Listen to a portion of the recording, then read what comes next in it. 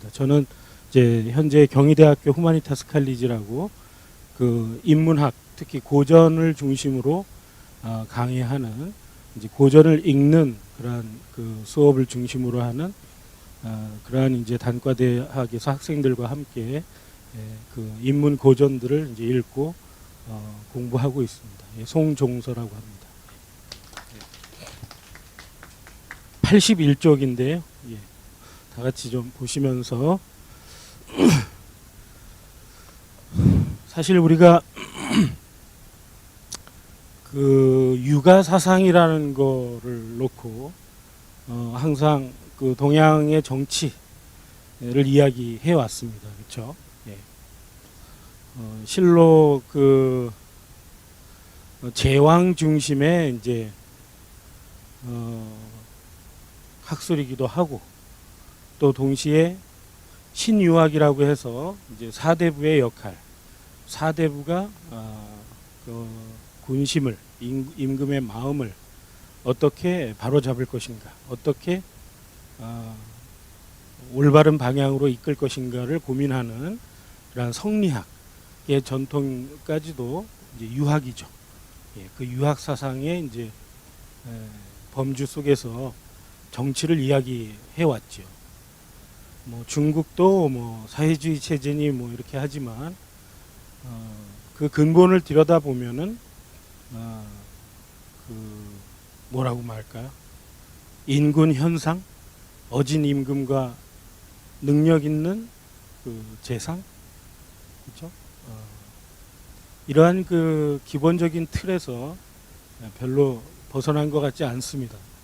그러니까 사회주의라고 한들 서구에서 뭐 발상을 했지만 또 서구에서 무슨 혁명, 사회주의 혁명 뭐 이런 걸 통해서 러시아에서 이제 현실화해서 서구 사회 그리고 내지는 이제 아시아 사회에도 그렇게 이제 영향을 미쳐온 그리고 지금까지도 한 체제로 사회주의라고 내걸고 있는 그러한 그 것이라고 하더라도 동아시아에서와 서양에서는 다르죠.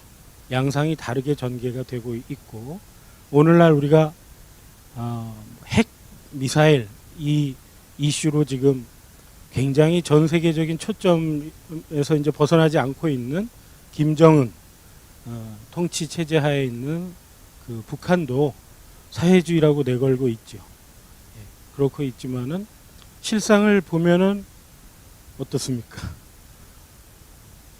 왕조라고도 이야기할 정도로 세습, 왕위 체제를 세습하는 것처럼 그렇게 3대 부자 세습을 하면서 인민들 위에 군림하면서 통치하는 그러한 그 고전적인 군왕 모델에서 벗어나지 않는 것 같습니다. 한국 사회가 좀 그 사이에 많이 뭐 후퇴도 하고 또 1보 전진이 되었건 2보 전진이 되었건 전진도 하고 하면서 이제 오늘날 상황까지 지금 이루고 있습니다. 어제 또 마침 19대 대통령 선거를 했죠. 그래서 새로운 또 대통령이 선출이 됐고 그래서 이제 그 지난 한 1년 뭐 좀 못 되는 시간 동안에 계속 끌어왔었던 그러한 정치적 그 커다란 파행, 큰 이슈가 되어왔던 어떤 뭐 국정농단, 그리고 올바른 정치 문화라는 건 뭐냐, 올바른 지도자라는 그 이러한 그 지도자 상을 놓고 또 많은 그 고민들을 해왔던 그러한 흐름 속에서 이제 이 얘기를 하게 되는데요. 그래서 육아가 어쨌든 육아적인 모델이라고 우리가 생각을 하기가 쉬운데 그 육아가 태어난 그 시간과 공간을 대략은 아시죠?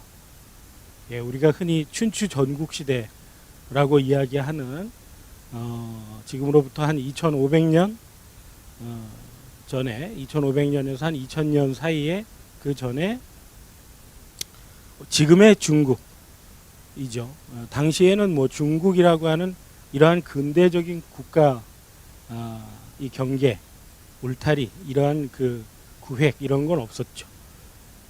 그렇죠. 그렇게 해서 그 자기의 그 건국에 이제 공이 있는 그러한 그 신하들이라든지 또는 그 혈족 중심의 사회였으니까 자기의 이제 또 왕이 됐으면 왕 가까이에 형제들을 둘 수 없는 거죠.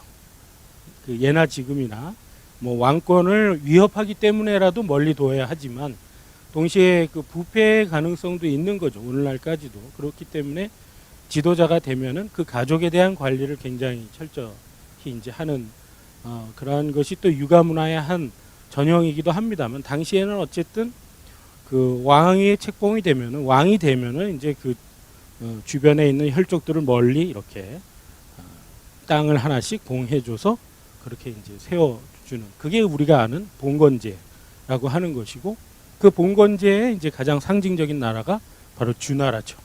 예. 그래서 이 주나라라고 하는 나라가 뭐 여러 가지 이제 그 위에는 우리가 흔히 뭐 상식적으로 은이라고 이야기하는 이제 상 원래는 이제 상이라는 나라거든요. 이 상이라고 하는 나라의 이제 수도가 은인데 주나라가 이제 이 은나라가 나중에 이 주라고 해갖고 이제 굉장히 포악한 임금을 무찌르고 이 상을 갖다가 이제 타도하고 주나라가 이제 됐죠. 그 신하의 이제 작은 나라가 이제 주나라로 그렇게 명명을 하면서 은을 무찌르고 이제 통일된 하나의 왕국을 이제 건설을 하지만 그때 이제 수도였었던 지역이 은이에요. 옮겨간 수도. 그런데 이제 자기네 정체성을 강하게 확립하기 위해서 은이라고 이제 줄여서 부른 거죠. 예, 그러니까 마치 이제 뭐 조선의 수도가 한양이다 그러면 그 조선을 갖다 무찌른 왕이 있다, 왕조가 있다. 만약에 그러면 조선이라는 말을 그 유민들도 있고 이제 향수나 여러 가지가 있으니까 그 말을 또 사기도 꺾어야 하고, 그러니까 너희 나라는 없어졌다. 이러기 위해서 조선이라는 말을 안 쓰고 한양이라고 부르는 거예요. 그냥 축소해서 왜곡해가지고 그런 식으로 이제 은나라라고 우리가 흔히 알고 있지만 사실은 이제 은을 수도로 하는 상나라다. 그래서 우리가 은상이다 이렇게도 부르고 엄격하게는 상나라다 이렇게 이제 얘기를 해야 되는 거죠. 어쨌든 우리는 이제 은나라라고 많이 부르고 있습니다만 그거는 어디까지나 주나라의 관점에서 이제 하는 얘기죠. 근데 이 주나라도 상당히 이제 그 도덕적으로 스스로가 그러한 그 폭군과 같은 이러한 망국의 그런 흐름을 만들지 않기 위해서 노력을 많이 했지만은 원래 그 혈연 집단이라는 게 그렇잖아요. 한 세대, 두 세대 이렇게 지나가고 나면은 그 지금도 뭐 우리 일가 친척 안에서도 10년, 20년, 30년, 40년 나이가 먹어가면서 그 친족 관계, 혈족 관계도 멀어지잖아요. 그런데 이제 저게 200년 지나고 300년 지나고 400년 지나고 이렇게 계속 지나가면서 혈족 관계라는 게 그 밑에도 계속 자손들이 번성할 텐데 옛날의 형제 관계, 옛날의 그 혈맹 관계를 유지하지 못하겠죠. 자연히 이제 멀어지는 거예요. 그렇죠? 같은 이제 부모 밑에서 또는 같은 부계에서 갈라져 나온 형제라 할지라도 그리고 또 뭐 건국에 아주 큰 공을 세운 신하에게 봉해준 나라라 할지라도 그게 한 몇백 년 지나가고 하면은 이제 각기 그러니까 원래 이제 제후국이라고 하는 나라들이잖아요. 그런 나라들이 내가 종주국이고 종주와 제후의 관계가 계속 그렇게 주종 관계가 유지가 될 수가 없어요. 왜냐하면 이제 자연 환경도 다르고 기후도 다르고 저마다 그 물적인 토대가 달라서 백성 인구 숫자도 다르고 옛날이나 지금이나 인구가 굉장히 중요한 역할을 하잖아요. 지금도 이제 세수를 제대로 하기 위해서 인구가 크게 이제 인구 절벽이니 이런 말들로 오늘날 우리가 많은 위기감을 품게 됐지만은 어쨌든 인구가 없게 되면은 인구가 상대적으로 모자라게 되면 그 나라는 약해지고 강성할 수가 없는 거예요. 그러니까 그러한 그 조건들까지 다 종합을 하면 그렇죠. 그러니까 그 처음에는 뭐 좋은 땅이다 이렇게 해서 왕실 가까이에서 뭐 그 강태공 같은 경우 떼어주고 이렇게 해가지고 이제 은나라도 그 산동 지역에 상당히 이제 강성하게 그 제나라 이렇게 해서 그 왕족들 은나라 왕족들도 나중에 이제 그 송나라라고 해가지고 그 뭐 주희 그 시대의 북송 남송의 송이 아니고요. 은나라의 왕족들이 이제 내려와가지고 그 송을 세우고 그 송이 이제 다시 이렇게 유명무실화되고 이렇게 하면서 이제 주나라의 조상들과 합쳐지고 이제 이렇게 되는 과정이 있듯이 그 굉장히 부침을 반복하게 됩니다. 그렇죠. 그렇게 되니까 이제 그 봉건제라고 하는 것은 세월이 지날수록 자연스럽게 그 느슨해지고 이제 와해되는 추세로 가게 되죠. 그리고 이제 저마다 잘 살고 또 국방 이 국력을 강화시키기 위해서 다른 나라와 계속 전투를 하고 힘겨루기를 하게 돼 있어요. 그렇죠? 그렇게 되니까 이제 계속 전쟁이라는 것이 벌어지게 되는 거고, 특히 가까운 나라끼리는 사이가 좋기가 힘들죠. 가까운 나라끼리는 늘 앙숙지간이 되기가 이제 쉽습니다. 그만큼 이권을 놓고 다투는 사이가 되기 때문이죠.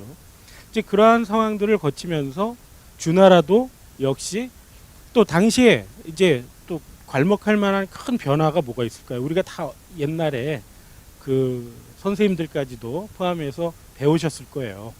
뭐 철제 농기구가 보급되었다. 기억나세요? 우경을 하기 시작했다. 심경을 하기 시작했다. 이런 말들 어렴풋이 그런 게 바로 그때 일어난 변화들이잖아요. 그러니까 청동기를 가지고 싸우고 청동기를 가지고 주나라를 세우고 그렇게 무거운 그 청동기 저 대만의 중정 저 국립 고궁박물원 같은데 이렇게 가서 청동기 구경 한번 해보시면 거기 가서 이렇게 옥만 구경하시지 말고 그 청동기 해놓은데 옥도 물론 너무 아름답죠. 뭐 배추 모양으로 깎아놓고 그 동파육이라고 그래서 그 돼지 삼겹살 가지고 이렇게 해놓은 음식과 정말 똑같이 생긴 옥 그거 보려고 그냥 아직도 인산인해지만 동기관이라는 데인데 거기 가까우니까 이렇게 해서 몇 걸음 걸어서 가보면 거기 그 청동기가 어마어마합니다. 주로 그 재래라든지 부와 권력의 상징으로서 만들어 놓은 그 동기구들 이런 거 보면은 뭐 은나라 때께 훨씬 더 화려해요. 그리고 주나라로 오면은 오히려 은나라 때만큼의 그 규모나 위용이나 세공의 그 기술 이런 것들이 못합니다. 근데 그렇게 몇백 년의 간격이 있음에도 불구하고 어쨌든 청동기의 시대는 더 이상 이제 주나라는 아니었던 거죠. 그러니까 물론 뭐 계속 사용되기는 했습니다만 주로 실용적인 부분에서 이제 됐을 거고 그게 이제 전쟁의 무기라든지 농사기구 그렇게 했지만 사실 청동기라는 게 가서 보기에도 그렇지만요 어마어마하게 무거운 재료입니다. 이걸 가지고 전쟁의 무기를 한다. 그거보다 가볍고 강한 게 철이 나오기 전에는 무거운 줄 몰랐겠죠. 물론 무거웠겠지만 자 농사를 지을 때도 마찬가지죠. 그걸 가지고 농사를 짓는다. 그거 뭐 보통 일이 아닙니다. 물론 나무떼기 이런 걸로는 안 되니까 깊이 갈 수도 없고 부러지고 저항에 약하니까 그러다가 이제 철제라는 것이 보급이 되고요. 이게 바로 이제 우리가 얘기하는 춘추 전국 시대에 말하자면 시대를 알리는 효시라고 할 수가 있는 거죠. 그렇게 해서 이제 우리가 아는 우경 소에다가 매달아서 농사를 짓기 시작했다라든지 그렇죠. 그러니까 사람의 힘보다는 훨씬 더 멀리 갈고 많이 갈고 깊이 갈 수가 있는 거죠. 그러면 심경이 되는 거고 깊이 가는 게 되는 거고 그러면 이제 어떻게 되죠? 폭우가 쏟아지고 홍수가 져도 씨앗이 유실될 확률이 적어집니다. 그렇죠? 깊이 파묻게 되니까. 그러니까 그 이전 시대에 비하면 농업 생산량이 혁명적으로 늘어나는 폭발적으로 증가하는 시기 그때와 함께 혼란기는 찾아오게 돼 있는 거죠.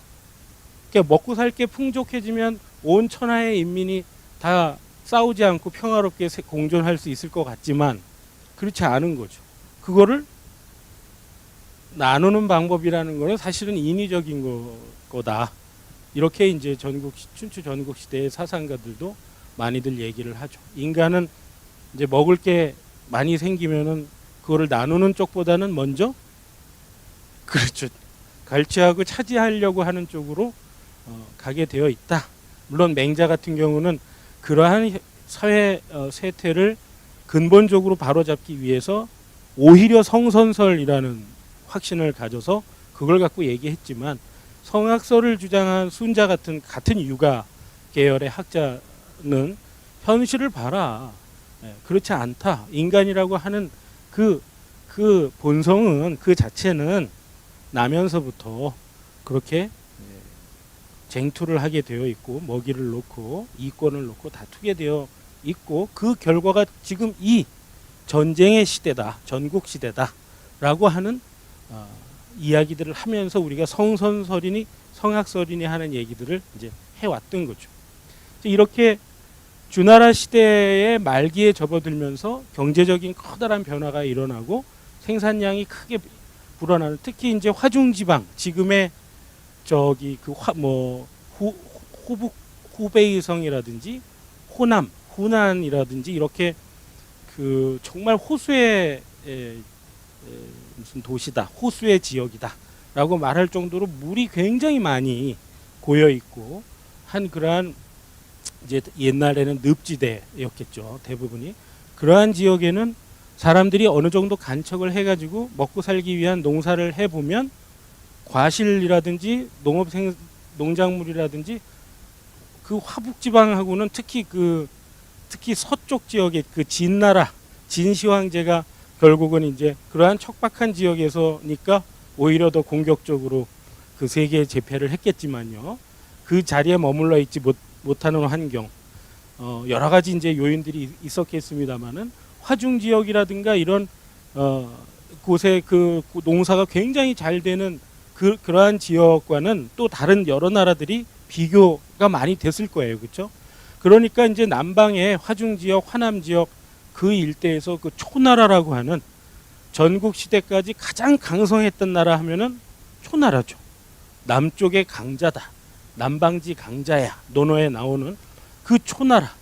예, 항우장사. 그렇죠? 항우장사 초패왕 아닙니까? 초패왕 항우 장사의 그 지역 대대로 왕족이고 예. 바로 그러한 남방의 이제 이 풍성한 문화를 만들어내기도 하고 또 상대적으로 그들의 강력한 힘이 중국 일대에 굉장히 지금의 중국이죠. 커다란 영향력을 행사하기도 하는 그게 이제 우리가 아는 그 춘추에서 전국 시대로 가는 그 사회에 아주 뭐 당시 사람들은 죽어났습니다만 역사책을 보는 사람들은 여유 있게 굉장히 다이나믹한 역사였다. 이렇게 이야기를 하는 거죠. 왜 많은 그 공격을 받았고 여러 나라들의 그 제후들로부터 그렇게 스카웃되지 못하고 이렇게 주유천하하면서 처량한 상가구다. 상가구라고 하면은 우리가 어떻게 이거를 해석을 해야 되죠? 상가구 이게 쉬운 말이 아니죠.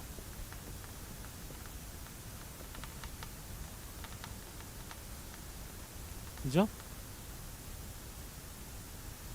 이게 뭐 두 가지 해석 정도가 있겠죠. 예, 상가, 예, 상가집, 개.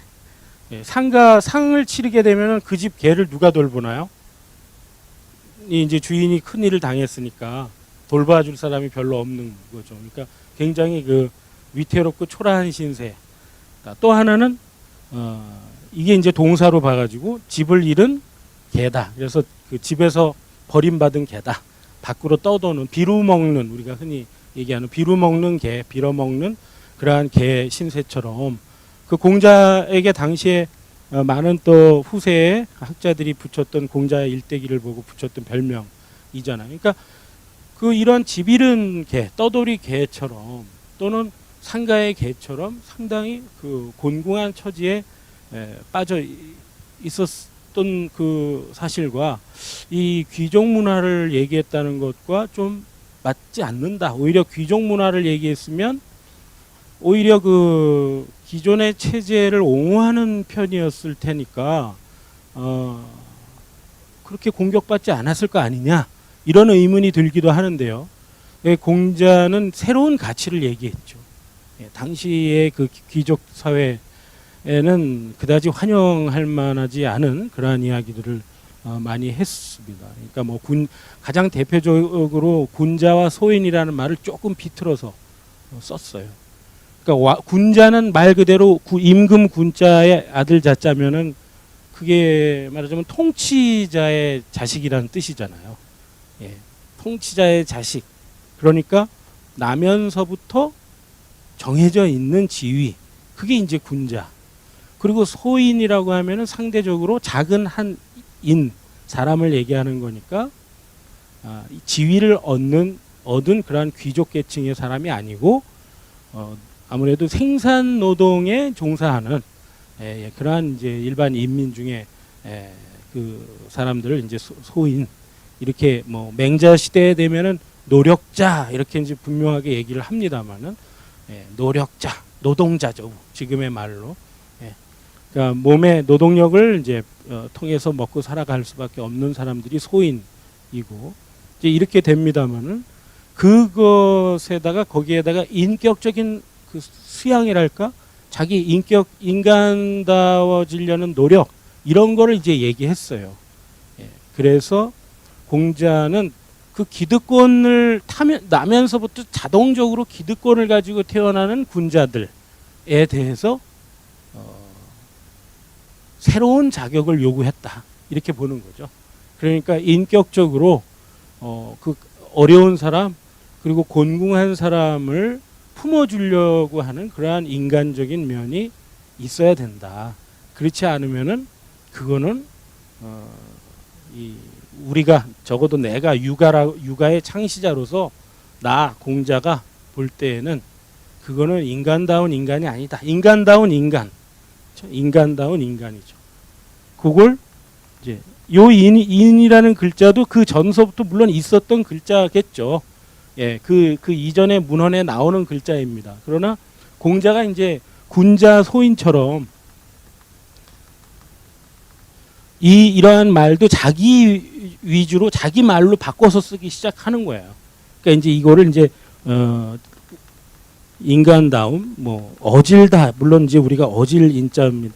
어질다 이 말도 우리가 하도 순 우리말이 어렵거든요. 어질다 이게 참 어려운 말이죠. 어질다는 말이 혹시 무슨 말인지 저도 잘 모르겠어요. 이게 물론 법 없이도 살 사람이다. 여러 가지 아주 착해 빠지는 사람이다. 이렇게 해석할 수도 있겠습니다만 그거 같지는 않습니다. 공자가 사용한 이 인의 뜻을 논어를 통해서 놓고 보면 무작정 착한 사람을 인한 사람이라고 볼 수는 없는 거죠. 여기에는 그렇죠. 인의 하위 개념으로서 이런 것이 다 포함되어 있어야 되는 거죠. 그렇죠. 예. 아주 그 시비 분별을 잘 가릴 수 있는 그러한 지혜로움도 슬기로움도 있어야 되는 거고요. 그렇죠. 무엇보다 공자가 가장 중시했던 이 주나라의 예, 당시 이 주나라라고 거의 무너져가는 춘추 시대에 태어났지만 공자는 그 춘추 시대 역시도 그 국가는 어느 나라예요? 주나라잖아요. 그렇죠. 주나라가 아직 완전히 멸망하기 전에 상황이거든요. 예. 그리고 바로 이 의로움, 예. 이런 것들까지도 다 뭐 여기에는 이제 정당한 어떤 용기 이런 것도 다 포함이 되는 거죠. 예. 이런 것들까지 다 포함해서 인이라는 말로 이제 대신하고 있다는 것을 종합적으로 논어를 통해서 볼 수가 있습니다. 그러니까 이게 이제 우리가 흔히 얘기하는 사덕이다. 네 가지의 큰 인간의 어떤 그 자질, 바탕, 능력, 뭐 소질 이런 거다. 그게 사덕이다. 그래서 인, 의, 예, 지. 그래서 유학에서는 그 유학의 이제 본원, 오리지널리티를 얘기할 때 빠질 수 없는 게 바로 이 네 가지 덕이거든요. 이제 이러한 거를 가지고 세상을 바라보니 당시에 기득권층을 형성하고 있었던 그 왕족들, 통치자의 계층들, 그 자손들, 이 그룹이 이 그룹의 질서, 이 그룹이 지배하는 세상의 질서를 공자는 완전히 동의할 수는 없었던 것이죠.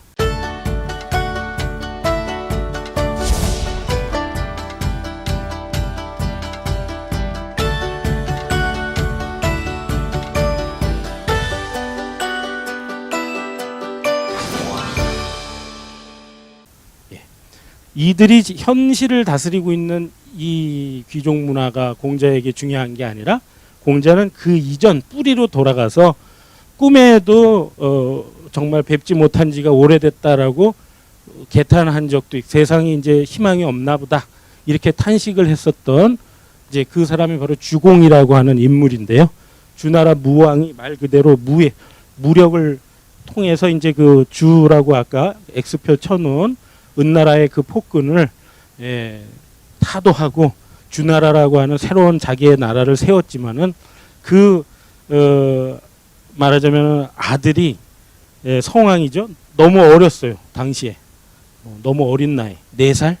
그러니까 왕위를 그리고 나서 이제 전장에서 뭐 무력을 쌓아왔던 장군이기도 했고 그러니까 무왕이라고 하는 이 주역은 오래 버티질 못하죠. 그래서 이제 쓰러져 갔는데 왕위를 바로 계승을 할 수가 없는 거죠. 성왕이라는 이 4살짜리 아들이 이 성왕을 가지고는 안 되고 이 무왕의 동생 이 동생이 바로 이 무왕의 동생이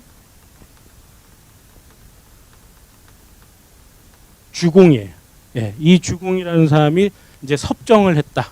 섭정이라는 건 옆에서 이렇게 보듬어서 이렇게 부축해서 이런 뜻이잖아요.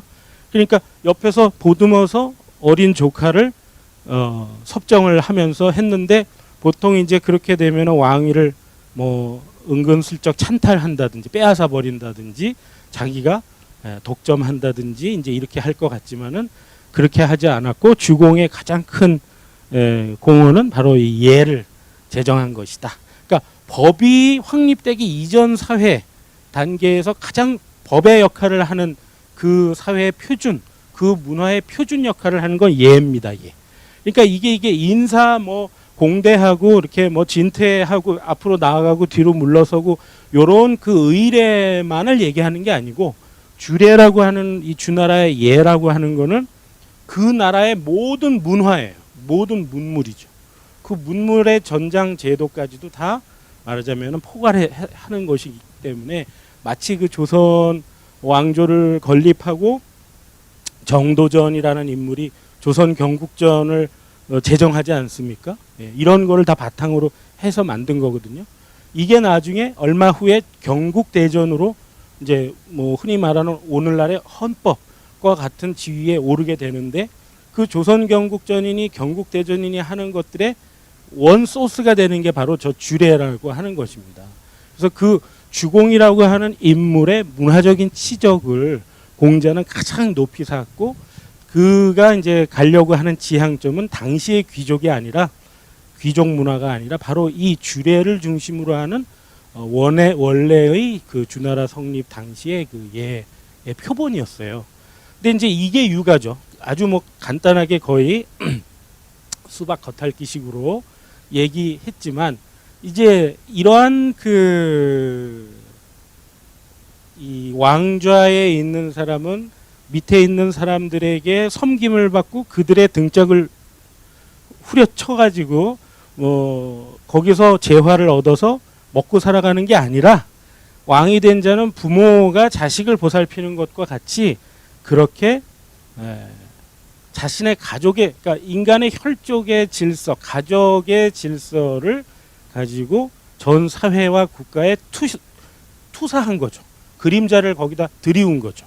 그렇게 그림자를 드리워서 해놓은 체계, 그게 이제 유가의 가족 중심적인 가족주의적인 이러한 문화관이죠. 이제 그게 바로 상징적으로 대표하는 게 이제 주례라고 할 수가 있고, 이제 이게 육아입니다. 그러니까 왜 우리가 첫 장에 이제 묵가를 제가 제시를 해놨냐 하면, 오늘날의 사회는 공자 당시의 그 초충과 처음에 취지와는 또 다르게 뭐라고 얘기할 거예요. 이제는 사람들이 이제 먹고 사는 의식주, 먹고 사는 것만 가지고는 만족할 수 없는 시대잖아요.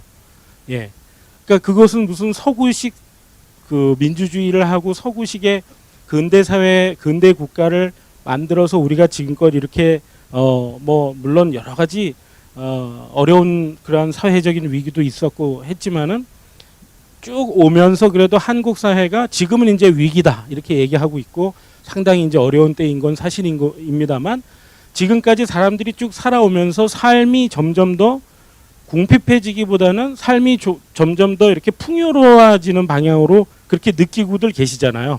이제 그것이 IMF 이후에 뭐 잠깐 회복하는 것처럼 했습니다만, 전 세계적인 불경기, 전 세계적인 취업난, 그리고 이제 뭐 금융자본, 지난 시간에 와서는 이제 한참 또 금융자본 얘기를 하다가 본 수업을 많이 못했는데, 이제 그 금융자본의 대위기 상황이 초래한 오늘날의 이러한 그 전 세계적인 어려움, 경제적인 어려움, 이제 이러한 흐름을 우리가 타고 있지만, 기본적으로 육아적인 관점에서 봤을 때 세상은 점점 문화적으로 풍요로워지고, 주례가 상징하듯이 저 예라고 하는 것은 인간이 의식주만 가지고는 살 수 없고, 인간에게는 제도, 문물, 문화, 모든, 특히 육아가 중시했던 건 뭐예요? 음악이거든요. 음악 교육. 그러니까 모든 이 글 읽는 사람은 기본적으로 악기를 다룰 줄 알아야 되는 것이고, 연주를 할 줄 알아야 되는 것이고, 또 아름다운 노래를 할 줄 알아야 되는 것이고, 그 노래 가사가 바로 시인 거고요. 그래서 시경이니 악경이니 하는 것들이 다 당시의 육경 중에 하나였어요. 근데 뭐 진시황제 아시죠? 진시황제가 이제 이 협서율 같은 거를 제정해 갖고 책을 옆에다가 이렇게 옆에 이제 끼일 협자가 아니라 진신 선생이다 그래 갖고 옛날 도포자락 한번 생각해 보세요. 여기 이렇게 불룩하잖아요. 진신이라고 하는 거는 옛날 그 도포가 이렇게 입고 이렇게 읍을 하고 있으면은 여기 드리워져 있는데, 거기에 이제 대나무 조가리를 이렇게 엮어서 둘둘둘둘 말아놓은 거, 그게 뭐죠? 책이죠. 예, 그게 책이, 옛날에 종이는 한참 뒤에 이야기고, 책이라고 하는 건 대나무를 쪼개서, 그 대나무 안쪽이 하얗잖아요. 그거를 갖다 판판하게 쪼개가지고 엮은 거죠. 가죽끈으로 엮어서 그 안에 흰 부분에다가 이제 글을 써서, 그게 이제 우리가 과두문자, 올챙이 머리 모양으로 올챙이 모양으로 이렇게 쓴 글자들, 이거를 이제 고대 글자라고 이야기를 하는 것이고, 그게 이제 책이니까 여기다 책을 가지고 넣어 가지고 다니는 사람들이 바로 진신들이에요. 진신 선생이라고. 이제 그 협서율이라는 거는 바로 이 책을 가지고 다니는 자들은 곧 지식이 있는 자들이니, 그들의 머릿속에서 천하의 이 갓 통일을 이룬 내가, 진시황제가 볼 때에는 또 저 책사들, 쟤네들이 그 엘리트들을, 브레인들이 또 이 종행가 모양으로 소진과 장이처럼 또 당시에 왕들을 또는 그 왕족들을 만나고 다니면서 세상을 뒤집어 엎을 또 이 계략을 꾸밀 수도 있으니, 전부 다 그 책을 빼앗고 불태우고 그렇게 해야 된다. 우리가 흔히 알고 있는 분서 갱유라는 게 이제 그 사건이잖아요. 자, 이렇게 육아 문화라고 하는 것은 통일에 이바지하면서도 동시에 그 통일에 이제 먹힌 사상이에요. 예. 이제 그래서 당시에 이제 그 이전에 이제 상황입니다만은, 지금 이 묵가라고 하는 집단의 사상을 들여다보면 의식주라고 하는 것이 인간에게 얼마나 중요하고, 그 허황되지 않은 인간의 기본적인 욕망을 충실히 채우는 일이 얼마나 중요한 것인가라는 것을 말하는 과정에서 육아에 대한 비판을 하는 거예요. 그러니까 묵가가 뭐 어디서 하늘에서 떨어진 뭐 일가가 아니고요. 묵가는 육아의 무리였죠. 원래 묵자라는 사람도 뭐 출신 성분이나 이런 게 무슨 뭐 묵자 여기에 먹이 들어져 있어서 뭐 묵형을 당한 사람인데 옛날에 그랬잖아요. 형벌이 이제 죄를 지은 사람을 왕이 시켜가지고 직접 여기다가 칼집을 내 가지고 칼로 이제 과도문자 당시에 글자 썼겠죠. 칼로에다 새겨가지고 피가 철철 나게끔 해서 바로 거기다가 먹칠을 하지 않습니까? 그게 이제 묵형이에요. 그렇죠? 그러면 그 생살에 먹이 파고 들어가가지고 그 다음에 이제 이게 상처가 아문다 하더라도 먹으로 글씨가 저 시커멓게 들어져 있는 거죠. 쓰여져 있는 그게 이제 묵형이고, 그러니까 묵형 즉 범죄를 저질러서 단죄를 당한 사람들의 집단이었다 이런 말도 일설에는 있지만 실제로는 그 사람이 먹줄을 가지고 다녔던 사람들이다. 그러니까는 장인들이었다, 기술자들이었다, 먹줄 자와 함께 가지고 다니는 사람들이었다 이런 말들도 있는 것이고, 또는 밖에서 일을 하는 사람들이라 일반 사람들과는 달리 한눈에 구분이 될 정도로 얼굴이 새까만 말하자면 노동자 일꾼들이었다. 그렇게 해서 또 묵이다, 검었다 이런 이제 말도 여러 가지가 있습니다만은 한마디로 육아의 귀족 중심의 문화관에 반기를 들었던 사람들이에요. 그러나 시작은 육아의 학문을 보면서 성왕의 말하자면 아까 제가 말씀드린 그러한 그 뭐라고 할 수 있을까? 요순 우리가 흔히 얘기하는 요순 시대, 또 우임금, 탕임금, 그렇죠? 이렇게 내려오는 우리가 흔히 그 전설의 시대로 아직도 분류되어 있는 전설의 당우 3대라고 얘기하는 당우, 또 하은주 이렇게 내려오는 그 요순 시대의 삼황 오제 시대의 옛날 그 전설의 성군들이 있잖아요. 그 성왕들을 존숭하고 이제 이러한 면에서는 그 같은 뿌리에서 갈라져 나온 사람들이다 이렇게 얘기를 할 수가 있는데, 예.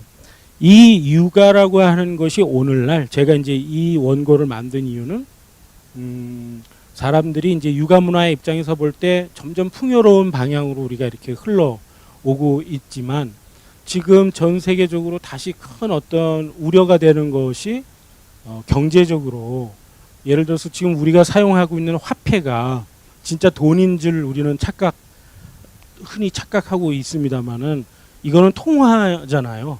예, 뭐 5만 원짜리 한번 상상을 해보면 그 5만 원의 가치가 언제 50원으로 떨어질지는 알 수가 없는 정도의 그러한 뭐 상황이죠. 상황으로 이제 갈지도 모른다라고 하는 지금 얘기들을 많이 하는 거고, 금리, 은행 이자 뭐 여러 가지들 가지고 고민들을 하고 있습니다만은 만약에 그게 이제 그래서 우리가 근본이제 뭐 이 얘기들을 많이 합니다만은 지금 근본이제가 아니잖아요.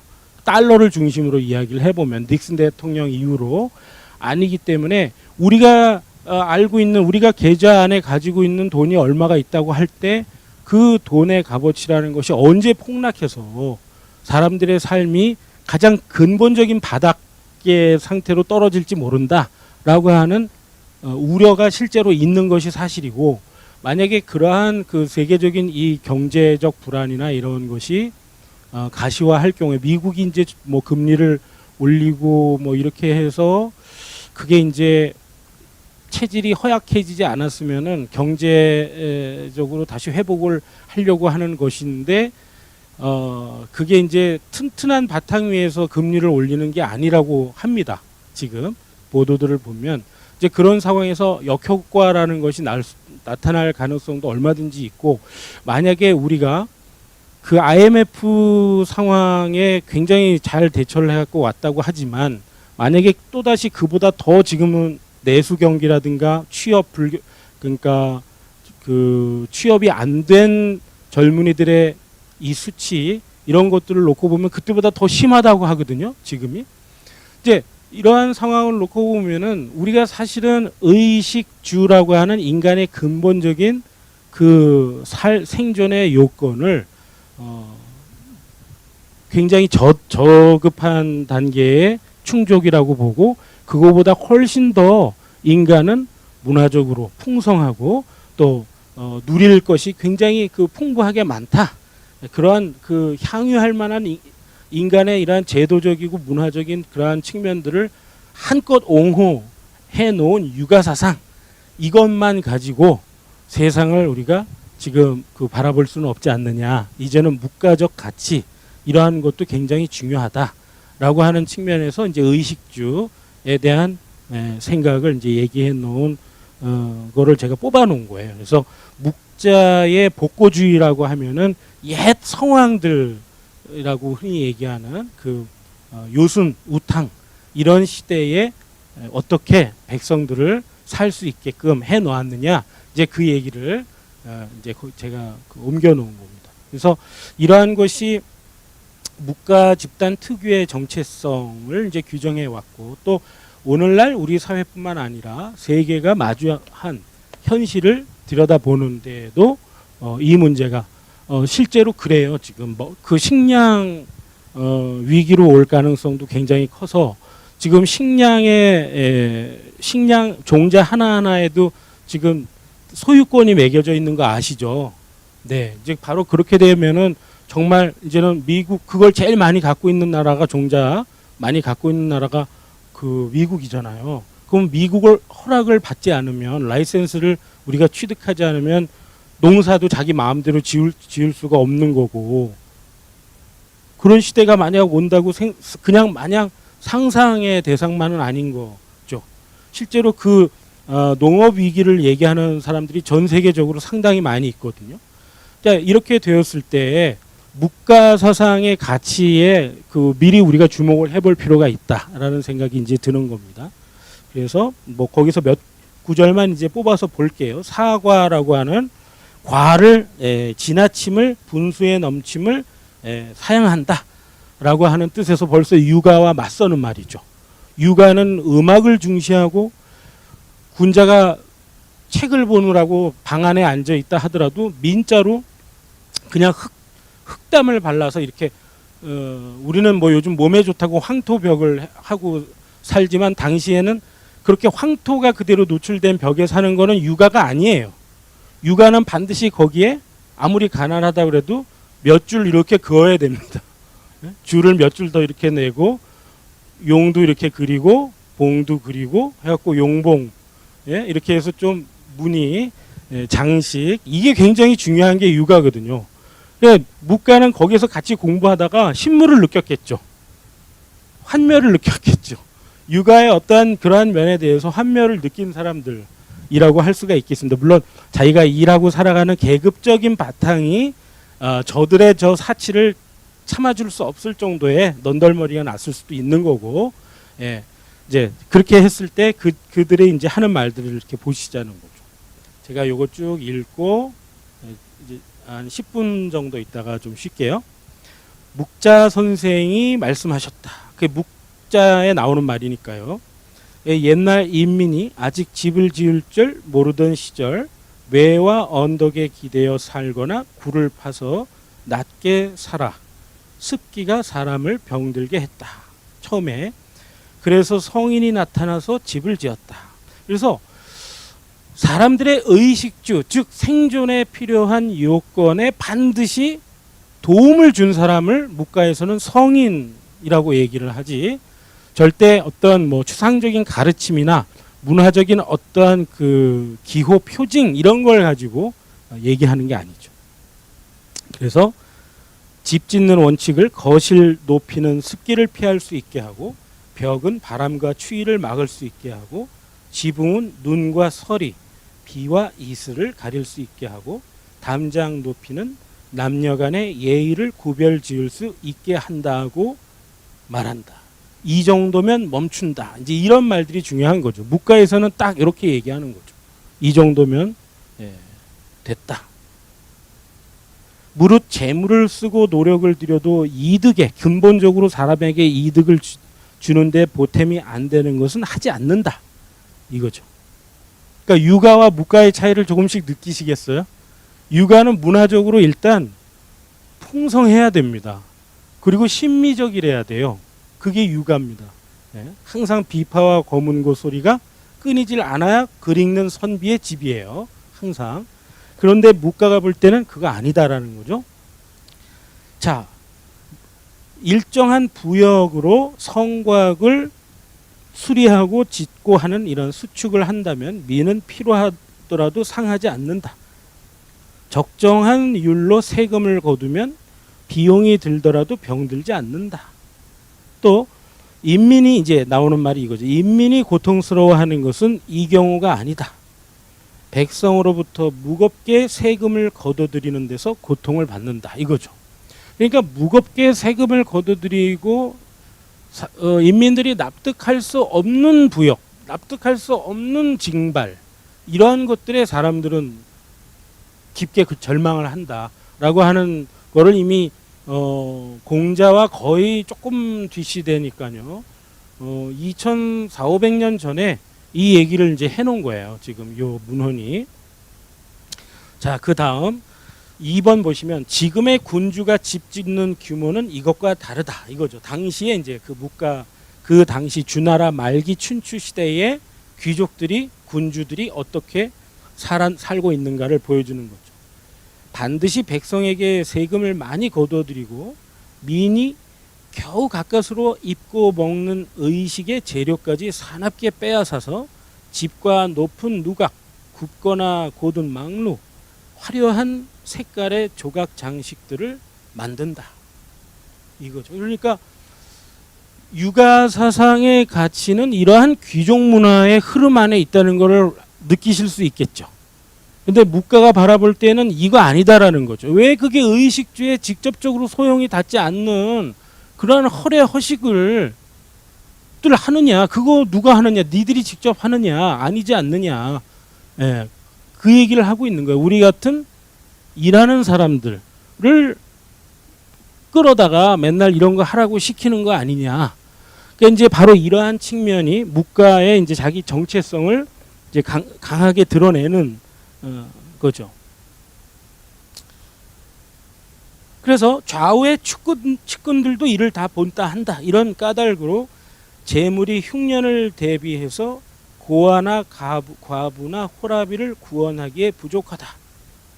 그러니까 옛날에 이 환과 고독이라고 하는 호라비, 과부, 또 어려서 부모가 없는 독은 이제 늙어서 뭐 부양할 가족이나 자식이 없는 독. 그러니까 이제 고독이라는 말이 거기서 온 거예요. 그러니까 환과 고독이라고 하는 이 네는 거기에다 이제 폐질자까지 붙여서 병든 사람까지 합쳐서 이 5대 말하자면 사회적 취약계층, 이제 요즘식으로 얘기하면 5대 그 취약계층에 대해서 예나 지금이나 이제 뭐 임금되는 사람, 통치자 되는 사람들은 항상 이제 염두에 둬야 한다라는 생각이 이때부터 이제 오는 거죠. 이게 무슨 서구 사회의 뭐 소셜 웰페어라고 해서 그 사회 복지라는 거에서 나온 게 아니에요. 환과 고독이라고 하는 건 바로 이 2500년 전서부터 이렇게 문헌에 계속 나오는. 자, 그러므로 나라는 가난하고 민은 다스리기가 어렵다는 거죠. 군주가 진실로 천하가 다스려지기를 원하고 그 어지러운 사태를 싫어한다면 바로 집 짓기를 절약하지 않을 수가 없다. 자, 이렇게 해서 이제 주가 먼저 나왔어요. 이 다음에는 의예요. 의. 그래서 의식주가 이렇게 차례로 이렇게 짚으면서 흘러가는 얘기를 이제 하는 겁니다. 그러니까 의식주라는 말도 주의식이든 의식주든 식의주든 요 3대 요소는 뭐 육아와 묵가를 막론하고 당시의 지식인들이 천하를 다니면서 유세하던 또는 공부하고 사람들을 만나던 그러한 지식인들이 다 입에 올리던 주요 항목들이에요. 이게. 그러니까 그 시절에는 3번 짐승의 가죽을 입고 새끼를 꽈 띠를 둘렀는데 겨울에는 그렇게 하니까 가볍지도 않고 무겁죠. 짐승의 가죽을 뒤집어 쓰고 다니려고 하면 따뜻하지도 않고 틈새가 많으니까겠죠. 여름에는 또 가볍지 않고 시원하지도 않고 답답하겠죠. 뒤집어 쓰고. 성왕은 이제 어떤 특정한 왕의 이름이 아니라 아주 그 성이라고 하는 이 말은 이제 백성들의 고충을 잘 아는 사람을 뜻하죠. 그렇죠? 잘 들어야 되고, 그렇죠? 예. 그리고 잘 판단. 이게 입이라고 하는 거는 말이라고 하는 건 잘 판단해서 변별해줘서 이렇게 처방을 내려주는 거니까 그걸 할 줄 아는 통치자를 이제 우리가 성이라고 이야기를 합니다. 그 워낙에 뭐 인격적으로 완성된 사람 이거는 좀 종교적인 해석이고 삶의 바탕을 두고 이야기하자면은 성이라고 하는 거는 바로 저런 뜻이죠. 잘 듣고 잘 말해줄 수 있는 그러한 사람입니다. 그러니까 그 성왕, 그 옛날의 성왕은 그러니까 사람 일을 사람에게 어울리는 모양이 아니다. 이렇게 성인이 불중인지정이라 이렇게 해서 아낙네들에게 실을 이제 뽑아서 쓰고 배를 짜는 기능을 가르쳐서 민들에게 옷을 만들게 했다는 거죠. 그래서 의복을 만드는 방법을 만들어냈다. 이게 이제 다 오늘날 중국인들이 이제 자기네들의 이 문화적인 그 오리지널리티를 얘기하면서 삼황오제 얘기를 하잖아요. 삼황오제를 얘기할 때 다 이런 사람들이에요. 그렇죠? 농사법을 개발한 사람, 사냥하는 방법을 처음에 가르친 사람, 뭐 글자를 발명한 사람, 뭐 수레를 발명한 사람, 뭐 다 이런 식으로 사람들에게 가장 처음에 그 살 수 있는 방법을 일깨워준 사람들을 성인이라고 이제 말을 하는 거죠. 자, 그래서 민의 옷을 만들게 해서 겨울철에 노임질을 한 비단 속옷으로 가볍게 해서 더 따뜻이 할 수 있고 여름철에는 홑 속옷으로 입어서 가볍고 더욱 시원하게 이렇게 할 수 있다. 딱 이 정도면 멈춘다 이거죠. 이 정도면 된 거다. 그러므로 성인이 의복 만드는 데 있어서 몸에 알맞고 피부에 닿아서 부드럽게 익숙하면 충분했다. 이것은 귀와 눈을 즐겁게 꾸며서 보고 즐기도록 하기 위해서가 하는 거칠애는 아니다 이거죠. 그러니까 이러한 시기에는 견고한 수레나 좋은 말을 귀히 여길 줄을 몰랐다. 그러니까 견고한 수레나 좋은 말을 귀하게 여기기 시작하면 어떻게 되나요? 난리가 나는 겁니다. 그렇죠? 그게 좋다 이러고 끝나는 게 아니잖아요. 온통 그거를 원하게 되고 온통 그거를 구해다 바치기 위해서 아랫사람들이 이제 죽을 고생을 하게 되는 것입니다. 그렇죠? 그러니까 이러한 상황을 이제 언급을 하고 있는 겁니다. 그래서 먹고 입는 재물이 집집마다 충분해서 그것으로 가뭄과 홍수와 흉년에 대비할 수 있는 그 근본 까닭이 뭐냐 이거죠. 예. 그 분수 바깥의 유혹에 빠지지 않기 때문이다. 예. 그래서 이 건박하게 다스리는 거, 검소하고 소박하다는 말이죠. 건박. 쉽게 다스려졌고 군주는 재물 씀씀이를 절약해서 그 쉽사리 나라가 넉넉해졌다. 창고는 가득 차서 갑작스러운 일에 대비할 수 있었고 무기는 낡지 않고 민도 필요하지 않아 복종하지 않는 자를 정벌할 수 있었다. 그러므로 패왕의 큰 위험을 천하에 행할 수 있었던 것이다. 이렇게 묵자식의 역사관이 이제 여기에 나오는 거죠. 묵자가 바라보기에는 임금부터가 백성들을 가르칠 때 사치하지 않도록 가르쳤기 때문에 더 가지려고 필요 이상으로 더 가지려고 필요 이상으로 더 꾸미려고 하는 그러한 그 허위적이고 허례적인 풍습이 없었기 때문에 그걸 빼앗으려는 그 쟁탈전이라는 것도 없었고 따라서 넉넉하게 평화롭게 살 수가 있었다. 이렇게 이제 건박이라는 거를 중심에 놓고 펼쳐나가고 있는 것입니다. 이게 오늘날 이제 이런 얘기를 하려고 하면은 이게 웬 이 풍요로움의 시대에 맞지 않는 촌스러운 전략 이야기냐 이렇게 할지도 모르겠어요. 하도 이제는 우리가 어렵다 하지만 사실 옛날 우리 부모네 뭐 전쟁 좌우한 시기에 그 겪었던 그 어려움은 또 아니고 그렇죠. 지금은 그러니까 빈곤의 양상이 다른 거지 빈곤이 아니라는 건 분명히 아닙니다. 그렇죠? 그러니까 빈곤한 사람도 요즘 핸드폰은 있어야 되거든요. 일을 하기 위해서라도. 예, 먹고 살기 위해서라도 스마트폰은 있어야 돼요. 카톡은 해야 되고 이걸 가지고 옛날보다 낮게 사는 거네 이렇게 말할 수는 없어요. 빈곤의 양상은 분명히 다릅니다.